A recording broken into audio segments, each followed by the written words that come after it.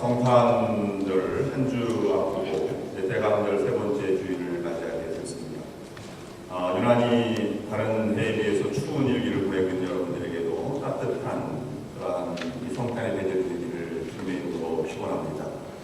모든 근심과 걱정이 다 사라지고 또 이웃의 온정이 느껴지고 가정의 소중함과 믿음의 소중함, 교회의 소중함을 함께 나누는 그런 여러분 모든 가족과 교우들이 될 수 있기를 주님의 이름으로 축원합니다.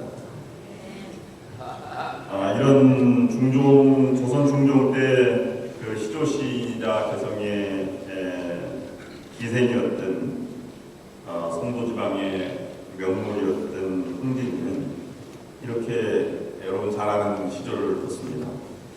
청산에 흐르는 푸른 시냇물아, 빨리 흐르는 것을 자랑하지 말아라. 한번 넓은 바다에 이르면 다시 돌아오기 어려우니 밝은 달이 넓은 산에 가득 비추고 있는 이 밤에 잠시 쉬어가는 것이 어떤가. 우리가 아는 청산리 덕계수야 수위강을 자랑하라.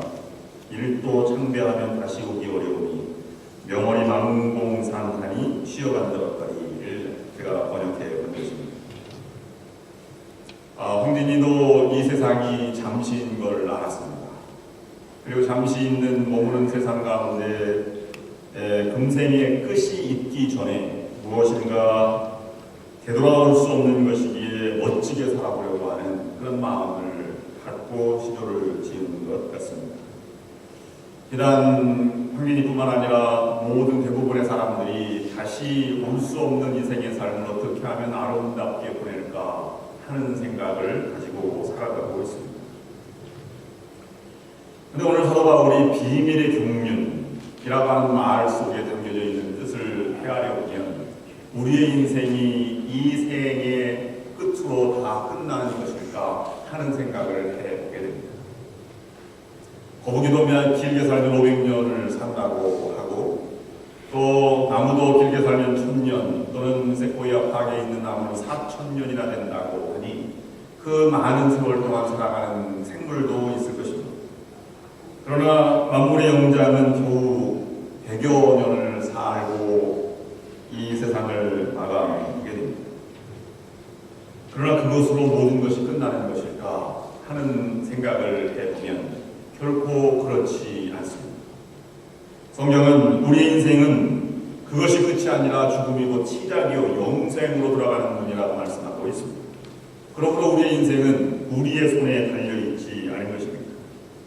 우리의 인생은 한 번 살아가다가 소멸되는 허무한 것이 아니라 죽음 다음에 있는 인생을 우리에게 말씀해주고 있습니다. 한 번 죽는 것은 사람에게 정한 것이요 그 후에는 심판이 있으리니 히브리서 5장 27절 말씀입니다. 요한복음 11장 25절 26절 말씀 나는 부활의 생명이니 나를 믿는 자는 죽어도 살겠고 무릇 살아서 나를 믿는 자는 영원히 죽지 아니하리라. 이것을 믿느냐? 라고 말씀하셨습니다. 금생은 여러 부유한 사람이 있고 행복한 사람이 있고 또 이 주위에 떠는 사람이 있고 외로운 사람이 있고 상처받은 사람이 있을 수 있습니다. 다양한 삶을 살아가는 금생의 삶에 비해서 성경이 말하는 그러한 죽은 이후의 삶은 두 가지 종류로밖에 요약하지 않고 있습니다. 영원한 복에 거하는 인생과 영원한 저주와 심판 아래 살아가는 거하는 인생밖에 없다고 하는 것입니다. 그러므로 요한복음 5장 29절 말씀에 선한 일을 행한 자는 생명의 부활로 악한 일을 행한 자는 심판의 부활로 나오리라 라고 말씀하고 있습니다. 그렇습니다. 그리스도인이라고 하는 것은 이것을 분명하게 인식하고 살아가는 자들입니다. 그 비밀을 깨달은 자가 바로 그리스도인들이라고 하는 것입니다.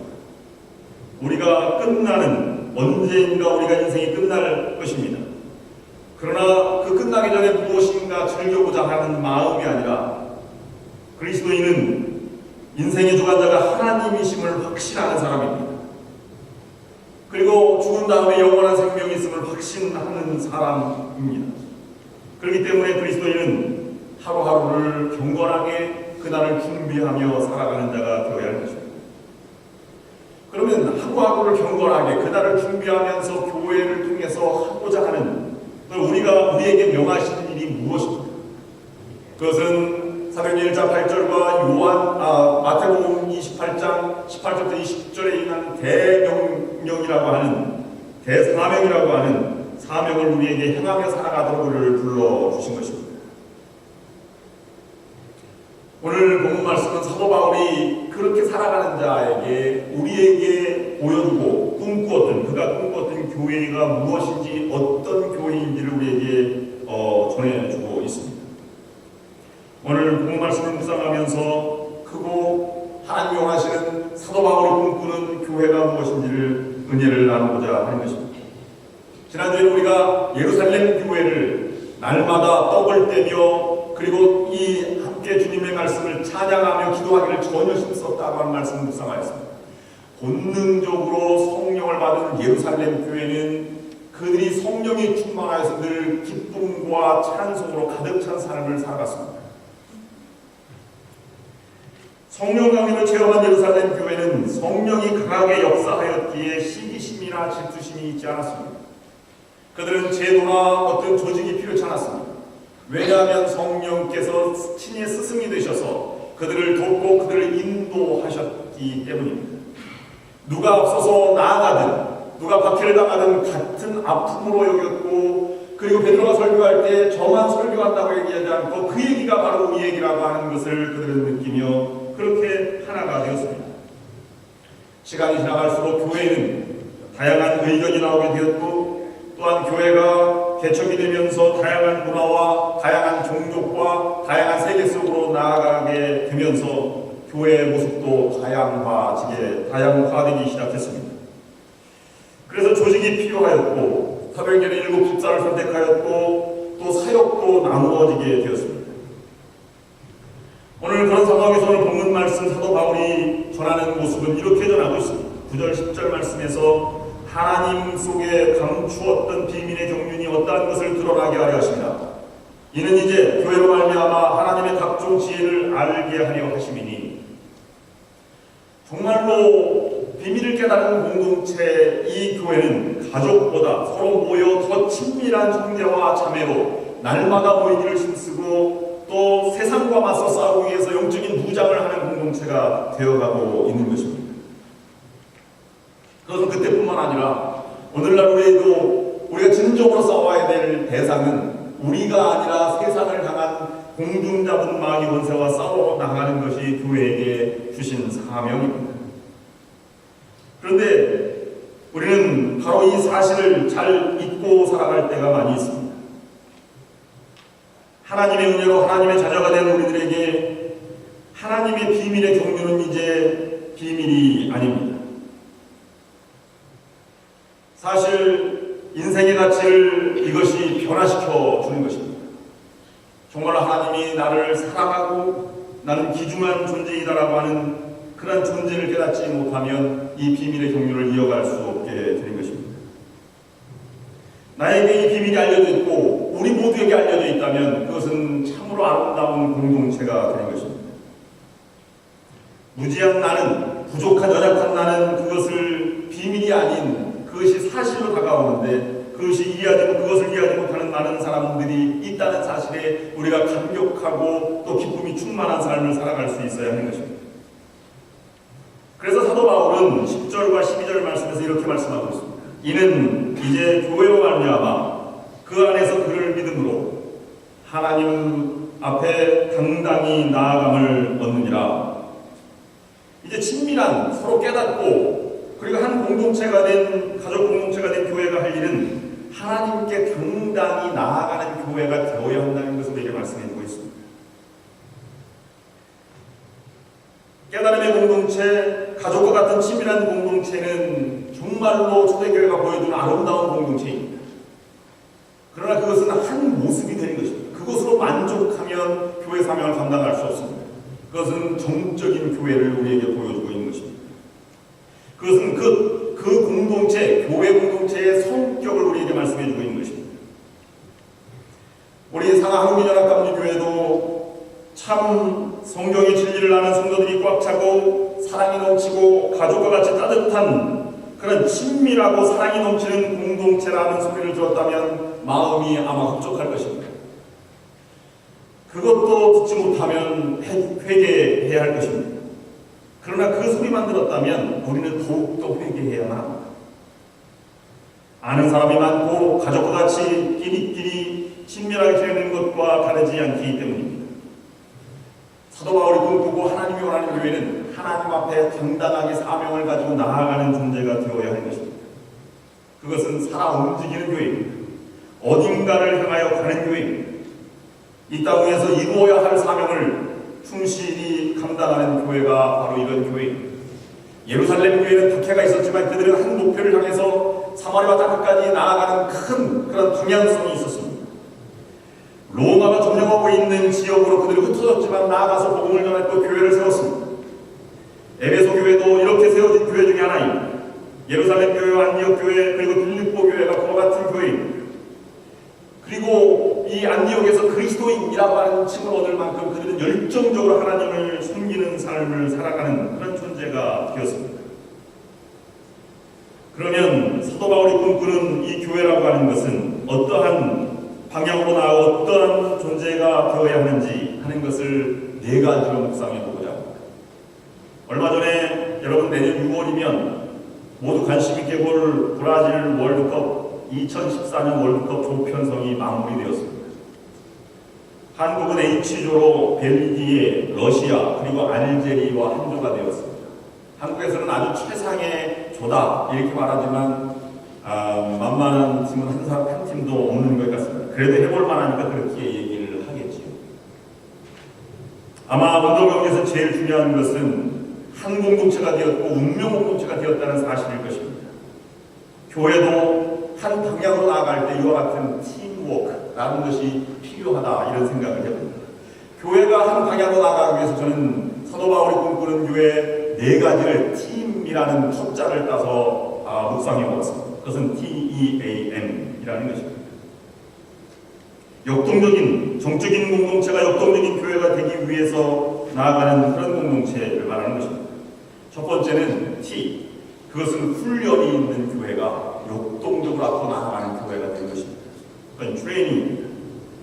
우리 주변에는 많은 수련회가 있습니다. 청소년 수련회, 임원 수련회, 또 바나바 사역, 교역자 수련회, 여성교회 수련회 등등 영적인 도전들을 주는 수련회가 얼마나 많이 있는지 모릅니다.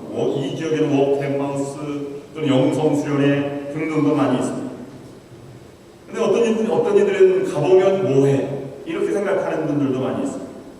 그러나 갔다 오면 세계가 넓어지는 것을 보게 되고 또 훈련에 참가되면 훈련에 참가한 만큼 더 우리가 더 친밀해지는 것을 느낄 수 있습니다. 부정적인 의미로는 노텔마우스나 테레스디아스 갔다 오면 교회가 너무 냉랭하니까 이렇게 해야 된다고 하는 그런 뜨거웠던 분들 중에는 오히려 교회를 흔들거나 교회를 옮기는 분들이 있어서 문제가 되기도 합니다. 불평의 마귀가 들어왔기 때문입니다. 그러나 진정으로 은혜를 체험한 사람은 이제 우리가 어떻게 하나님의 인도하심을 받을까 그리고 참고 기다리고 인내하며 그것을 이루어가고 기도하는 자들일 것입니다. 초대교회가 세워질 때마다 반드시 있었던 것은 안식일에 회당에서 가르치시니라 라는 말씀입니다. 그것은 훈련을 강론을 강조했다고 하는 것입니다. 사도 바울의 이 강론할 때 너무 피곤해서 3층에서 떨어져 죽은 사람이 있습니다. 그 사람은 유두고입니다. 사도행전 20장 9절 말씀이 이렇게 말씀하고 있습니다. 유두고로 하는 청년이 창에 걸터 앉았다가 깊이 졸더니 바울이 강론하기를 더 오래 하며 졸음을 이기지 못하여 3층로에서 떨어지고를 일으켜보니 죽었는지라. 그래도 훈련을 쉬지 않았습니다. 초대교회는 세례교육이 10주간이었습니다. 그러나 오늘 우리의 모습은 어떻습니까? 성경 공부 아니면 제자훈련 아니면 어떤 훈련을 우리가 참여하기를 꺼려합니다. 최고의 이상적인 훈련이 무엇입니까? 주일마다 성수하는 주일 성수요, 또 힘들게 노력해서 번 돈의 10의 1조를 드리는 11조가 우리의 신앙의 가장 큰 훈련입니다. 이것이 되어야 전도도 하고 봉사도 할 수 있는 것입니다. 내시빌 신문에 이런 이야기가 소개된 적이 있습니다. 그레이그 부인은 어떻게 된 사람인가? 80세 생일을 맞는 이 리사 그레이크 부인은 1040주일, 즉 20년간 한 번도 빠지지 않고 주일 예배에 참석했다고 합니다. 신문기사는 이렇게 기록했습니다. 마지막 부분에 질문을 하면서 본인에게는 눈물아치는 주일도 없었단 말인가? 예기치 않은 손님이 온 일도 없었단 말인가? 늦게 잠자리에 들어 들은 토요일도 없었단 말인가? 야외로 놀러 가거나 감기에 걸려 골치 아픈 주일도 없었단 말인가? 교인들에게 한 번도 속상한 일이 없었는가? 텔레비전 설교로 한 주일쯤 보내려고 생각도 해보지 않았단 말인가? 본인의 기사를 읽고 이 크레이그 부인은 편집장에게 편지를 통보했습니다. 편집장님 귀하, 훈련소에 입대하여 훈련을 받고 있는 도중에 병사에게 귀하가 질문한 것과 같은 그런 일들이 해당될 수 있는지 훈련소 소장에게 전화로 문의해 보시기 바랍니다. 할머니는 이 세상의 삶의 과정을 훈련이라고 보았습니다. 하나님이 부르시는 그날까지 80평생을 믿음의 훈련을 받는 과정이라고 생각하며 하루하루를 충실히 살아온 결과 20년 동안 주일을 개근하고 그 놀라운 일들을 해내게 된 것입니다. 두 번째 앞으로 나아가는 이 교회는 이입니다. 그것은 이반젤리즘입니다. 전도하고 선교하는 교회가 앞으로 나아가는 것입니다. 전도와 선교는 우리의 믿음을 자라게 하고 앞으로 나아가게 하고 교회를 부흥하게 하고 믿음이 성장하게 합니다. 초대교회는 전도하며 선교하며 성장하였습니다. 우리 신앙생활의 다음에 세 가지 단계로 볼 수 있는데, 하나는 성경을 읽고 하나님의 부름을 받고 채워지는 일이며, 그 다음에 교회를 통해 성도들에게 일어나서 서로 교제하고 기쁨을 나누는 것이며, 세 번째는 전도와 선교를 통해서 외부로 뻗는 영적인 열매를 거두는 것입니다. 한국에서 아주 유명한 전도로 유명한 교회가 인천의 부광교회라고 하는 교회입니다.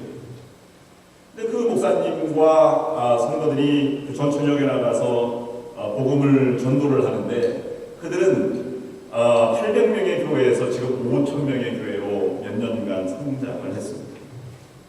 그 강사 목사님의 말씀을 들었는데, 전도 나갈 때 그들은 한 번도 실망한 적이 없었다, 이렇게 말합니다. 왜냐하면 전도지를 찍거나 아니면 욕을 하거나 이렇게 돌아가는 사람도 있어도 우리는 하나님 말씀 전했으니 만족한다, 기쁜 마음으로 기도하고 돌아온다는 것입니다. 바로 그것입니다. 복음은 하나님이 전파하고 우리가 전하면 하나님이 역사하는 것입니다. 그래서 우리는 우리의 믿음을 자라게 하고 선교하는 것, 단기 선교 한 번만 갔다 온다면 우리가 얼마나 부유하고 얼마나 우리가 해야 할 일이 많은지를 느끼게 된다고 하지 않습니다. 하나님이 하시는 것을 우리가 볼 수 있는 것입니다. 주의 손이 그들과 함께 하시며 수많은 사람들이 믿고 주께 돌아오더라. 유대인과 헬라인에게 예수를 전파하는데 많은 결실들을 나타내는 것을 여기에 말씀하고 있는 것입니다. 그래서 직접 가지 않으면 보내는 선교사, 뭐 이런 개념도 있습니다. 가든지 아니면 보내라. 정말로 이렇게 선교사를 보내는 교단이 있는데요, 모리비안 교단은 10명이 한 명의 선교사를 파송한다, 그런 각오로 모리비안 교도들이 신앙생활을 하고 있습니다. 아멘. 제가 어떤 성도님의 말씀을 간증을 들었습니다. 어떤 성도들은 선교사 한 가정을 파송하는 선교비를 헌금하는 경우도 들었습니다. 선교하는 교회는 주님의 명령을 잘 지키는 것입니다. 주님을 기쁘시게 하는 교회요, 별과 같이 빛나는 교회요, 교회의 현재적 최종적 사명은 주님의 치유의 명령을 받들어서 복음을 땅끝까지 전하는 일입니다. 그러므로 선교는 교회를 교회되게 하고 성도를 성장하게 하는 처방이요, 교회의 질병과 노쇠 현상, 생명력을 배합하게 하는 특별한 그런 특별한 것이라고 우리가 생각해 볼 수 있는 것입니다. 할 수 있는 한 다 하여서 전도하는, 그리고 복음 전파에 힘쓰는 우리들이 되어야 할 것입니다. 세 번째 역동적인 교회는, 앞으로 나아가는 교회는 어슈어런스, 즉 확신이 있는 교회가 앞으로 나아갈 수 있게 된다고 하는 것입니다. 이 확신이 있지 않으면 와야 되고 마는 것입니다. 이 확신을 갖기 위해서 초대교회는 우리가 얼마나 부족한데 구원받은 존재인지를 날마다 떡을 떼며 잔을 마시며 성찬식을 통해서 이것을 우리가 날마다 고백하고 거룩함으로 덧입기를 원했다고 하는 것입니다. 요한의 설례 목사님, 감리교회 창시된 요한의 설례 목사님이 한 설교 중에 이런 설교가 있습니다. Almost Christian. 이것을 한국어로 번역할 때는 명목상의 그리스도인이라고 번역했습니다. 그런데 옛날 번역에는 90% 그리스도인 이렇게 번역하기도 했어요. 이 명목상의 그리스도인과 이 요한의 설례 목사님은 참 그리스도인이라는 것을 나누었습니다. 이 명목상의 그리스도인과 참 그리스도인은 이 세례 존 웨슬리 요한의 설례 목사님의 체험과 경험을 바탕으로 한 것입니다. 여러분 어디에 속하는지 한번 보시기를 바랍니다. 명목상의 그리스도인에 대한 정의는 바로 이것이었습니다. 종교의 규율에 따라 불의, 강탈, 학대, 속임, 인권침해, 신세를 절대 치지 않는 것, 피차 서로 사랑하고 도움, 노력, 비용을 들이지 않고 베푸는 구제와 나눔, 그 다음에 하나님의 성령을 근심케 하는 모든 무익한 대화와 일을 금함, 명백한 규칙을 따라 복수하지 않고 포식하지 않고 값싸고 쉬운 호의를 베풀에 그치지 않고 많은 사람의 이익을 위해 수고하고 고민함, 믿음으로 구원받은 사람들을 자극하고 그들로 그리스도의 복음을 빛나게 하는 역할을 감당함, 은총의 수단, 기도와 찬송, 성경 읽기 등 겸손한 그런 것을 통해서 겸손의 태도, 절제, 미덕, 경건한 분위기 그런 태도로 늘 살아감. 그리고 최고의 필요 조건은 성실성. 그리고 내적인 종교성 원리로 성실하게 살아가고 하나님께 봉사하려는 진정한 의도, 하나님의 뜻을 이루려고 열망하는 자, 이런 것이 명목상의 그리스도인이라고 말했습니다. 그것은 완성되지 않았다라고 하는 의미에서 그런 것입니다. 그래서 영어로 명목상의 그리스도인은 almost라고 표현했지만 그것이 완성된 것이 아닌 in process, 이 과도 뒤에 있는 그런 것이라고 이렇게 얘기하고 있는 것입니다. 참 그리스도인이라고 하는 것을 그것이 세 가지로 요한의 설례 목사님 말씀하셨는데, 그것은 하나님을 사랑하는 것, 이웃을 내 몸과 같이 사랑하는 것, 그리고 정말로 구원의 확증을 갖고 있는 것, 이것이 참 그리스도인이라고 말하고 있는 것입니다.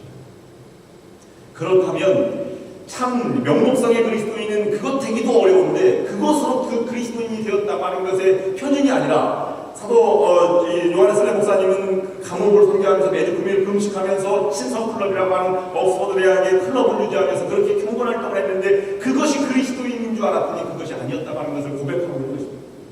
그보다 더 중요한 것은 하나님을 사랑하는 것, 이웃을 내 몸처럼 사랑하는 것, 구원의 확신을 가지고 있는 것, 그것이 소중하다고 얘기하고 있는 것입니다. 그러고 난 다음에 선행이나 종교적인 규율에 따라 사랑하고 아니면 격려하고 하는 것이 진정한 그러한 모습이라고 우리에게 보여주고 있는 것입니다. 아멘. 우리는 교회에서 왜 사랑이 사라지고 있습니까? 이와 같은 확신의 공동체가 사라지고 있기 때문에, 내가 얼마나 소중한 것인지 잃어버리기 때문에 이렇게 다른 사람 소중함도 찾아보지 못하기 때문입니다. 나는 죄인이여 하나님의 은혜로 살아가는 존재이다라고 하는 사실을 잃어버리기 때문에 서로 욕설과 또 싸움과 또 시비와 이런 분쟁이 시작되고 있는 것입니다. 여러분, 목사님이 화를 내면 어떻게 되겠습니까? 참 어울리지 않는다고 생각을 합니다. 여러분 화내는 것도 그리스도인으로 화내는 것도 어울리지 않는 것입니다. 왜냐하면 우리 모두는 죄인입니다. 이것을 확신해야 주님의 일을 더욱더 겸손하게 할 수 있는 것입니다. 우리는 이러한 정체성을 분명히 가지고 있을 때, 우리가 성장하고 확신이 있을 때 우리가 담대하게 앞으로 나아갈 수 있게 된다는 것입니다. 마지막으로 네 번째로는 사역이 있는 교회입니다. TEAM에서 M은 ministry, 목회라고 하는 말을 pastoring이라고 하지만 교회 사역을 ministry라고 하는 것은 함께 헌신과 봉사를 끊임없이 이루어가는 교회를 말하고 있는 것입니다. 우리 모두 한 가족 공동체입니다. 여기에서 이 초대교회 모범 중에 하나는 끊임없이 사역을 감당하고 나아가는 것입니다. 요한 3서에 보면 두 초대교회 장로의 이름이 나오는데 첫 번째 장로의 이름은 가이오라고 하는 장로입니다. 그는 초대교회는 순회 선교사들이 많기 때문에 선교사들이 오는 것을 3일씩 이 자기 사제를 풀어서 대접하기가 쉽지 않았습니다. 그럼에도 불구하고 이방인에게 돈을 받지 않고 이 순회 선교사를 잘 보살핀 사람이 가이오라고 하는 사람이었습니다. 그리고 또 한 장로는 더메드리오라고 하는 장로는 순회 선교사로 오는 것을 배척하였고 그를 영접하는 사람을 교회에서 쫓아냈고 험담하고 이렇게 한 이 사람이 있었습니다. 요한이 내가 그를 찾아가서 그것을 낱낱이 가르친다 라고 말하고 있습니다. 섬긴다고 하는 것은 바로 이와 같은 것입니다. 기독교 신앙의 하나님과의 수직적 관계가 말씀과 기도라면 수평적 하나님과의 관계는 바로 하나님의 사람과 이웃사람이 수평적 관계는 섬김과 봉사입니다. 이것이 관계가 원활하지 못하면 우리는 절름발이 신앙이 되는 것입니다. 초대교회는 조금만 더 그렇게 되었는데 313년 콘스탄티누스 황제의 밀란 칙령에 의해서 기독교가 로마의 국교가 된 이후에 392년 데오도시우스 황제 때 기독교가 공인되면서 강력한 로마 제국의 후원을 얻어 권세를 얻은 다음부터는 이런 봉사와 섬김의 삶을 사라지게 되었습니다. 존경과 이런 이 세상의 권세를 얻게 된 것이죠. 이때부터 우리는 암흑의 시대라 말하지 않습니다. 오늘 우리는 받은 은사대로 성실히 감당해 나가는 사역이 있어야 할 것입니다. 어느 한 사람도 사역에 고해됨 없이 여선교회, 남선교회, 아니면 성가대, 아니면 교사 누구도 그냥 왔다 가는 것이 아니라 신앙이 가진 모든 사람이라면 이것이 진정한 필요한 앞으로 나아가는 교회가 될 수 있는 것입니다. 교회 컨설팅 프로그램이라는 것이 있습니다. 현대교회를 조사했는데 이렇게 결론을 내렸습니다. 현대교회는 아는 것에는 고혈압 자요, 행동에는 빈혈증 환자다라고 진단을 하였습니다. 우리는 정적으로는 깨달음의 공동체입니다. 그러나 가족같이 위로와 용기를 대체하는 공동체, 이상적인 공동체입니다. 한 걸음 더 나아가서 또 시간이 지남에 따라서 사도 바울이 꿈꾸었던 이상적인 교회는 움직이는 교회입니다. 훈련받고 전도하며 선교하며 확신을 가지고 봉사하는 그리고 사역에 참여하는 교회입니다. 바로 이런 꿈꾸는 사도 바울이 꿈꿨던 교회가 우리 교회가 되기를 그리고 여러분의 믿음 생활이 되기를 주님의 이름으로 축원합니다. 기도하시겠습니다. 진정한 살아있는 교회가 되게 하여 주시옵소서. 하나님의 신비, 은혜를 체험한 성도들이 모임이 되게 하시고 가족과 같이 속회에 참여하면서 용기가 나고 기쁨이 찾아오는 교회가 되게 하여 주옵소서. 더 나아가 훈련에 참가하며 전도와 선교에 최선을 다하며 봉사하며 주님의 자녀의 기쁨과 보람을 누리며 살아가게 하여 주시옵소서. 예수님의 이름으로 기도하옵나이다. 아멘.